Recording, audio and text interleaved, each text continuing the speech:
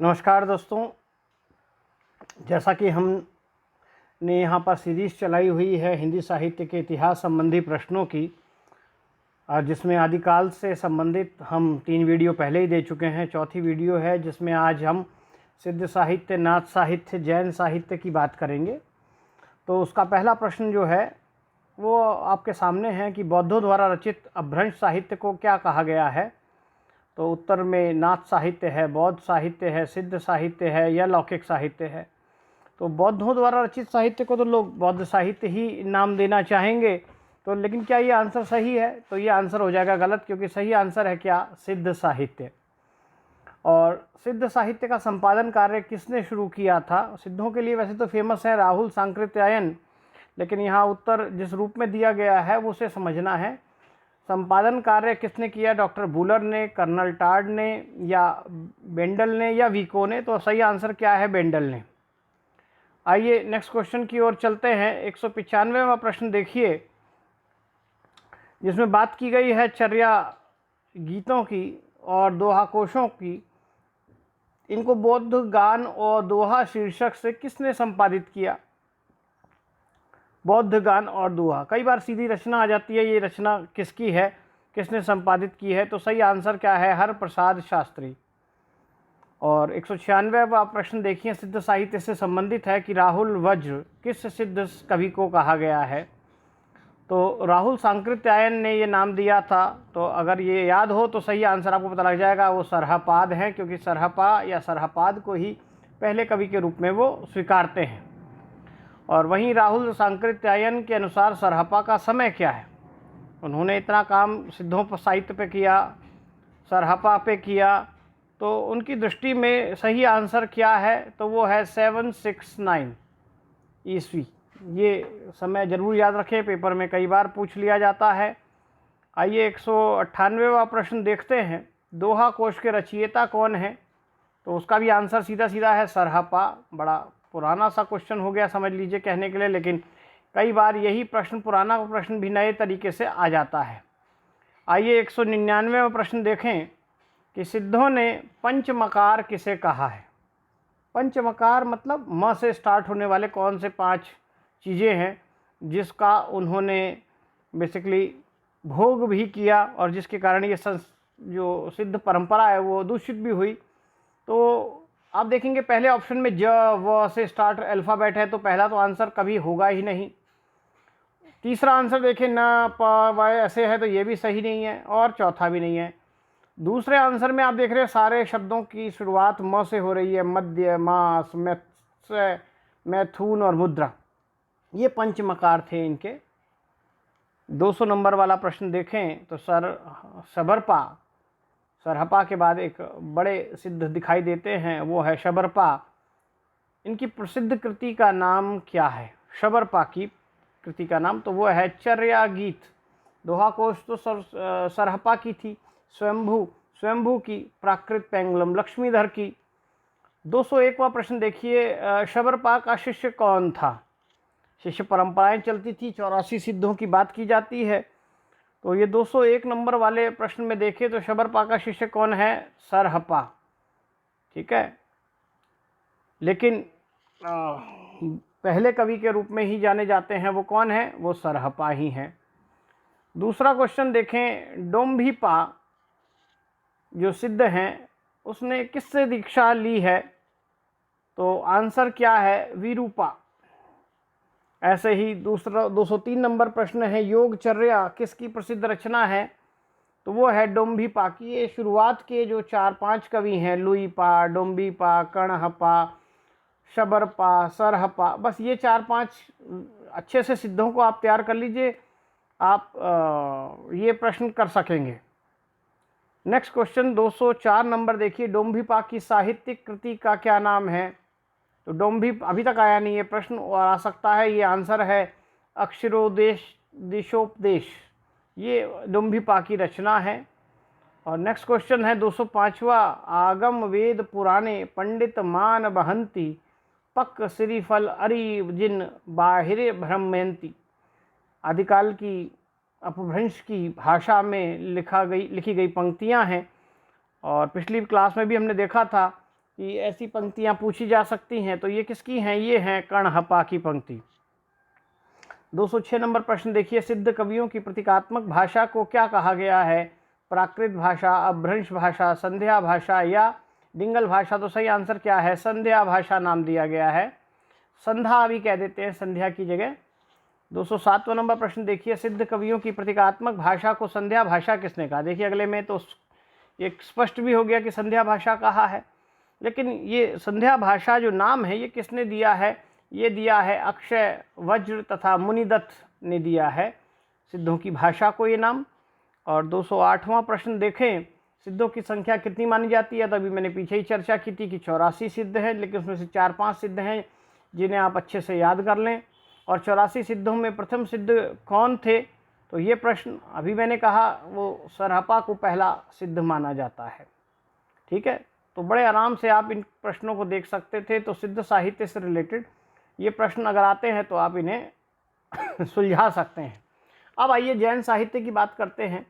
जैन साहित्य जो जैन मुनियों ने लिखा और आचार जो हैं, व्यवहार जो हैं, उसका उल्लेख इनके जैन साहित्य में मिलता है। श्रावक के क्या आचरण होने चाहिए उसकी चर्चा मिलती है। 210वां नंबर प्रश्न देखें तो जैन कवियों ने कृष्ण कथा को क्या कहा है? तो उन्होंने इसको क्या कहा है? तो उन्होंने इसे कहा है हरिवंश पुराण। क्या नाम दिया? हरिवंश पुराण।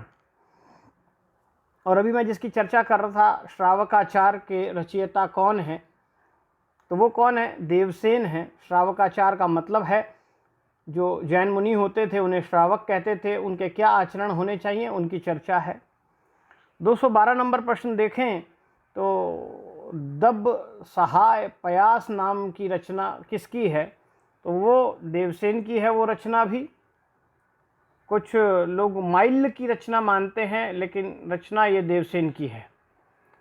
और 213 नंबर प्रश्न देखिए, निम्नलिखित में से किसे काव्य नहीं माना गया? लघु नयन चक्र को, श्रावकाचार को, दब सहाय पयास को। 50 लिखा है, 50 नहीं है, पयास है। और हरिवंश पुराण, ये क्या है? इनमें से किसको काव्य नहीं माना गया? तो वो है लघु नयन चक्र को नहीं माना गया है। और नेक्स्ट क्वेश्चन, मुनि जिन विजय ने जैन साहित्य की रास परंपरा का प्रथम ग्रंथ किसे माना है? तो वो है भरतेश्वर बाहुबली रास। और ये जैन मुनि जितने भी थे उन्होंने महावीर जी को हिंदू देवी देवताओं के नाम के आधार पर उनका नामकरण किया है। ये भी बात ध्यान रखने की है। 215वां प्रश्न देखें, निम्नलिखित में से किसकी रचना शालिभद्र सूरी ने की है? तो वो भी आंसर है भरतेश्वर बाहुबली रास, वो शालिभद्र सूरी की रचना है। और नेक्स्ट क्वेश्चन है कि भरतेश्वर बाहुबली रास की विधा क्या है? काव्य की विधा खंड काव्य है, नीति काव्य है, या फिर व्यंग्य काव्य है, या प्रबंध काव्य है? तो ये एक खंड काव्य है। पिछली क्लास में भी देखे थे हमने बीसल देव रासो, संदेश रासक जैसे खंड काव्य। 217 नंबर प्रश्न देखें, निम्नलिखित में से किसकी रचना आसुग कवि ने की है? तो आसुग कवि की रचना का नाम क्या है? चंदन बाला रास। ठीक है। और 218वां नंबर प्रश्न देखें, भरतेश्वर बाहुबली रास में कितने छंद हैं? इस तरह के प्रश्न थोड़ा सा कई बच्चों को उलझा देते हैं क्योंकि इतनी चीज़ें वो याद नहीं रख पाते, लेकिन सही आंसर इसका में क्या है? 205। और चंदन बाला रास जो आसुक की कवि रचना है, लघु खंड काव्य है, इसमें कितने छंद हैं? तो इसका आंसर क्या है? इसमें केवल 35 छंद हैं। 220वां प्रश्न देखें तो निम्नलिखित में से किसकी रचना विजय सेन सूरी ने की है? विजय सेन सूरी ने, तो उसका आंसर है रेवंत गिरी रास। क्या आंसर है? रेवंत गिरी रास। और नेक्स्ट क्वेश्चन, जैन साहित्य का अंतिम प्रश्न कि निम्नलिखित में से किसकी रचना सुमति गणी ने की है? तो सुमति गणी ने की है नेमिनाथ रास की। तो जैन साहित्य की सभी रचनाएं पेपर के लिए महत्वपूर्ण हो सकती थी, इसलिए उनकी चर्चा की गई। और नेक्स्ट प्रश्न आपके पास है नाथ साहित्य को लेकर कि गोरखनाथ, नाथ साहित्य आप जानते हैं 9 नाथों की बात की जाती है। मत्स्येंद्र नाथ ने स्थापना की थी इस साहित्य की या इस संप्रदाय की, और इसमें जो सिद्धांत हैं वो हठ योग उसमें प्रधान रूप में हैं, और इस परंपरा को आगे बढ़ाने वाले कौन हैं? गोरखनाथ हैं। तो पहला प्रश्न, ये मोटी मोटी मैंने बात बता दी है। 222वां प्रश्न देखिए आपके सामने है, गोरखनाथ के गुरु कौन हैं? तो गुरु कौन होंगे जिन्होंने संस्थापना की, और वो कौन है? मत्स्येंद्रनाथ। और नेक्स्ट क्वेश्चन है, राहुल सांकृत्यायन ने नाथ पंथ को किस परंपरा का विकसित रूप माना है? तो वो है सिद्ध परंपरा। आप देखेंगे कि सिद्धों में जो वामाचार में फंस गए वो सिद्ध अलग हो गए, और जिन्होंने हठ के बल पर ईश्वरोपासना की बात की, साधना की बात की, वो नाथ साहित्य से जुड़ गए। नेक्स्ट क्वेश्चन, राहुल आचार्य रामचंद्र शुक्ल ने गोरखनाथ का समय क्या माना है? तो ऑप्शन आपके पास है, तो सही आंसर क्या है? वो है 13वीं शताब्दी, ये माना है। 225वां प्रश्न देखें, डॉक्टर पीताम्बर दत्त बड़थवाल ने गोरखनाथ की रचनाओं की संख्या कितनी मानी है? अभी तो मैंने बताया था गोरखनाथ जो है वो इस परंपरा के प्रवर्तक हैं, और इसकी संख्या पीताम्बर दत्त मानते हैं कितनी? 30। और नाथों की संख्या कितनी है? तो अभी मैंने बताया था 9 नाथ हैं, जैसे सिद्ध जो हैं 84 हैं, नाथ 9 हैं। और नेक्स्ट क्वेश्चन है, गोरखबानी का संपादन किसने किया? तो गोरखबानी का संपादन अब गोरखनाथ ने ही किया है, या गोरखनाथ के बाद उनकी वाणियों का संकलन किसी और ने किया है? तो सही आंसर क्या है? पीताम्बर दत्त बड़थवाल। ये नाथ संबंधी हमने कुछ प्रश्न देखे। अब इसी आदिकाल में हमारे पास 2 बड़े कवि दिखाई देते हैं, विद्यापति और अमीर खुसरो, तो उनसे रिलेटेड भी प्रश्न आ जाते हैं। उन्हीं प्रश्नों की यहाँ चर्चा करने जा रहे हैं। तो 228वां प्रश्न देखिए, मैथिल कोकिल के नाम से कौन प्रसिद्ध हैं? तो वो कौन प्रसिद्ध हैं? वो हैं विद्यापति। मैथिली भाषा में पदावली लिखी है इसलिए फेमस है। विद्यापति की पदावली का मुख्य रस क्या है? श्रृंगार, वीर, करुण या विभत्स? तो आप देखेंगे कि इसमें कुछ कुछ भक्ति का रूप दिखाई देता है क्योंकि राधा कृष्ण है, लेकिन मूल इसकी रचना जो है वो श्रृंगार को आधार बनाकर की गई है। और नेक्स्ट क्वेश्चन है, विद्यापति ने कीर्तिलता में किसके वीरत्व का वर्णन किया है? अब कीर्तिलता लिखा है तो कीर्ति नाम से कोई लेडी भी हो सकती है और कीर्ति नाम से कोई राजा भी हो सकता है। क्या कीर्ति सिंह नाम का कोई राजा है उसकी इसमें चर्चा की गई है या किसी और चीज़ की? तो आप देखेंगे राजा कीर्ति सिंह के यहाँ पर थे, उन्हीं की वीरता का वर्णन यहाँ पर वो कर रहे हैं। तो 230 का जो आपके पास आंसर आएगा वो आएगा कीर्ति सिंह। नेक्स्ट क्वेश्चन है, डॉक्टर नगेंद्र ने आधुनिक भारतीय भाषाओं में कृष्ण काव्य का प्रारंभ किससे माना है? आधुनिक भारतीय भाषाओं में भाषाएं आती हैं यही सब हमारी अवधी, ब्रज वगैरह, मगही, मैथिली, ये सब। तो हमारे भाषा विज्ञान वाले वीडियो में आपने सारी बोलियों और आधुनिक भारतीय भाषाओं की चर्चा देखी होगी, अगर आपने वहाँ ज्वाइन किया था। तो नहीं किया तो आप भी वो पूरे कोर्स से जुड़कर लाभ उठा सकते हैं, और फ़ोन नंबर से मुझसे संपर्क करके कैसे जुड़ना है वो आप जान सकते हैं। फ़ोन नंबर आपके पास है 9999496155। और 231 नंबर प्रश्न देखिए, डॉक्टर नगेंद्र ने आधुनिक भारतीय भाषाओं में कृष्ण काव्य का प्रारंभ किससे माना है? तो किससे माना है? तो उसका सही आंसर क्या है? मैथिल कोकिल विद्यापति से माना है कि कृष्ण काव्य का प्रारंभ ही वो यहाँ से करते हैं। 232वां प्रश्न देखिए, कीर्तिलता की भाषा क्या है? तो विद्यापति ने संस्कृत में भी रचनाएं लिखी, मैथिली में भी लिखी, और अपभ्रंश में भी लिखी, और अवहट में भी लिखी। तो कीर्तिलता की भाषा क्या है? अवहट है। और वो अपनी पंक्ति में भी कहते हैं, वैसे तो मातृभाषा देसिल बैना सब जन मिठा की बात करते हैं, लेकिन उसके बाद कहते हैं ये जन जसई अवहट्टा, तो अवहट्टा की बात भी करते हैं। तो कीर्तिलता की जो भाषा है वो अवहट है। अब आइए इनकी दूसरी रचना जो है कीर्ति पताका, उसके रचयिता कौन हैं? तो इनकी रचना मैंने बोला तो उसका मतलब समझ लीजिए आंसर क्या है। विद्यापति, कीर्तिलता और कीर्ति पताका दोनों के रचनाकार कौन हैं? विद्यापति हैं। नेक्स्ट क्वेश्चन है विद्यापति की पदावली का उपजीव्य ग्रंथ क्या है। उपजीव्य ग्रंथ का मतलब वो कहाँ से प्रेरित होकर इस पदावली की रचना कर रहे हैं, तो वो संस्कृत के कवि हैं जयदेव, उनकी रचना है गीत गोविंद।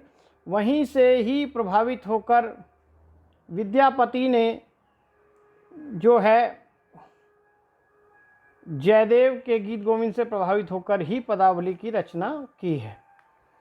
नेक्स्ट क्वेश्चन है विद्यापति जो है उनकी पदावली की भाषा कैसी है।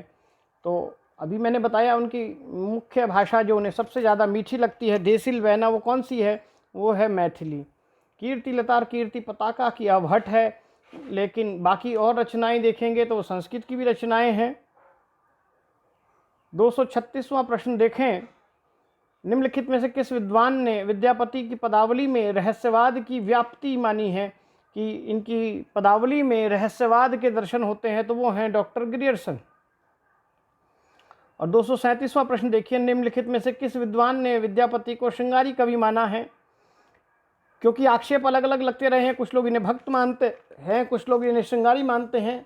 अगर आपने एमए किया हिंदी में तो आपने विद्यापति जब पढ़ा होगा तब ये प्रश्न आया होगा कि आप विद्यापति को भक्त मानते हैं या श्रृंगारी। तो श्रृंगारी कवि मानने वालों में कौन है, रामचंद्र शुक्ल हैं, और उन्होंने ये बात कह दी थी जो अगले ही प्रश्न में है कि आध्यात्मिक रंग के चश्मे आजकल बहुत सस्ते हो गए हैं, उन्हें चढ़ाकर जैसे कुछ लोगों ने गीत गोविंद के पदों को आध्यात्मिक संकेत बताया है, वैसे ही विद्यापति के इन पदों के साथ भी मिलता है। तो किसने ये आक्षेप लगाया है और ये कह दिया कि जिन लोगों को भक्ति का काव्य दिख रहा है उनके आंखों पर आध्यात्मिक रंग के चश्मे चढ़ गए हैं, क्योंकि लगता है कि चश्मे सस्ते हो गए हैं। ये व्यंग कौन कर रहा है, तो वो कर रहे हैं रामचंद्र शुक्ल, क्योंकि उन्होंने ही विद्यापति को श्रृंगारी कवि के रूप में देखा है। नेक्स्ट क्वेश्चन है विद्यापति ने अपनी किस कृति को कहानी कहा है। कहानी के रूप में, तो वो है आंसर क्या, कीर्तिलता। कीर्तिलता में जहाँ उन्होंने कीर्ति सिंह की कहानी को प्रस्तुत किया है, इसलिए उसको कहानी का नाम दिया है। 240वां प्रश्न देखें, विद्यापति की लोक प्रसिद्धि का सर्वप्रमुख आधार ग्रंथ क्या है। तो आधार ग्रंथ वैसे तो कीर्तिलता, कीर्ति पताका अलग अलग हैं, लेकिन पदावली जो है वो इनका मुख्य आधार है, जिसके कारण ये जाने जाते हैं। नेक्स्ट क्वेश्चन, विद्यापति मूलतः किस भाषा के कवि हैं। तो देसिल बैना की मैंने कई बार अभी बात कर चुका, मैंने कहा पदावली भी लिखी गई मैथिली में, तो इनकी जो भाषा है वो मूल भाषा वो कौन सी है, मैथिली है। ठीक है, और नेक्स्ट क्वेश्चन की ओर चलते हैं। अब नया जो प्रश्न है आ रहे हैं आपके पास, वो आधुनिक आरंभिक गद्य और लौकिक साहित्य के भी आ रहे हैं। काव्य से अलग गद्य भी लिखा गया। आधुनिक काल में ही केवल गद्य नहीं मिलता है, आदिकाल से गद्य लिखा आ रहा है, छिटपुट सही, अपरिष्कृत ही सही, मगर लिखा जा रहा है। 242वां प्रश्न देखें, राउल वेल नाम की एक गद्य रचना है, वो उसके रचनाकार कौन है। तो उसके रचनाकार हैं रोड़ा कवि। राउल वेल की विधा क्या है, अगर हम विधा की बात करें तो ये एक प्रकार का चंपू काव्य है, और चंपू काव्य क्या होता है, जो गद्य पद्य मिश्रित होता है उसे हम चंपू काव्य कहते हैं। 244वां प्रश्न देखें, नक्षिक परंपरा का प्रारंभ किस ग्रंथ से माना जाता है। जैसे हमने देखा था 12 मासा की स्टार्टिंग जो है वो बीसल देव रासों से होती है, तो नक्षिक परंपरा की स्टार्टिंग किससे होती है, तो वो मानी जाती है राउल वेल नामक रचना से, जो रोड़ा की रचना है। 245वां प्रश्न देखें, उक्ति व्यक्ति प्रकरण एक अत्यंत महत्वपूर्ण ग्रंथ है। इससे बनारस और आसपास के प्रदेशों की संस्कृति और भाषा आदि का अच्छा प्रकाश पड़ता है।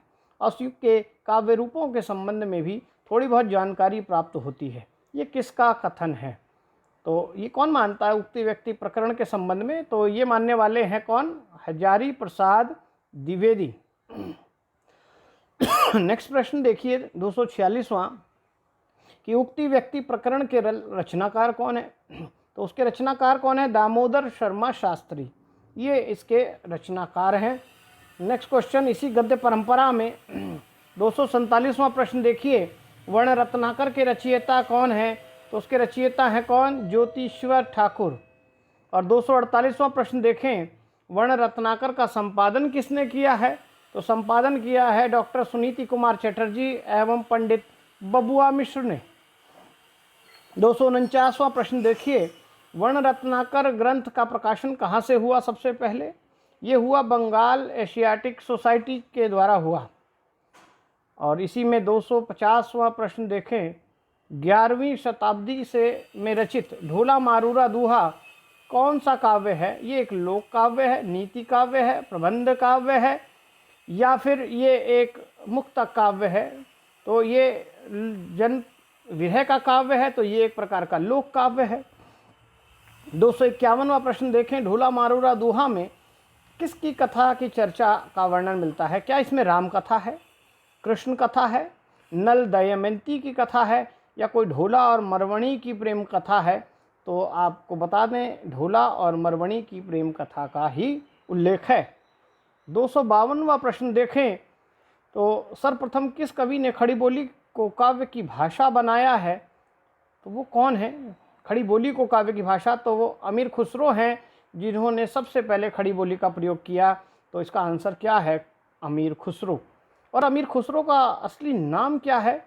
तो उसका असली नाम है अबुल हसन। क्या नाम है? अबुल हसन, इसे याद रखना है। पूरा नाम है अबुल हसन यमीनुद्दीन खुसरो। ये अमीर की तो इन्हें उपाधि प्राप्त हुई थी। 254वां प्रश्न देखें, अमीर खुसरो जो हैं उनकी प्रसिद्धि का क्या कारण था? क्यों वो फेमस हैं? क्या वो लोकोक्तियों के कारण फेमस हैं, दोहों के कारण फेमस हैं, पहेलियों और मुकरियाँ लिखने के कारण फेमस हैं, या छंद के कारण?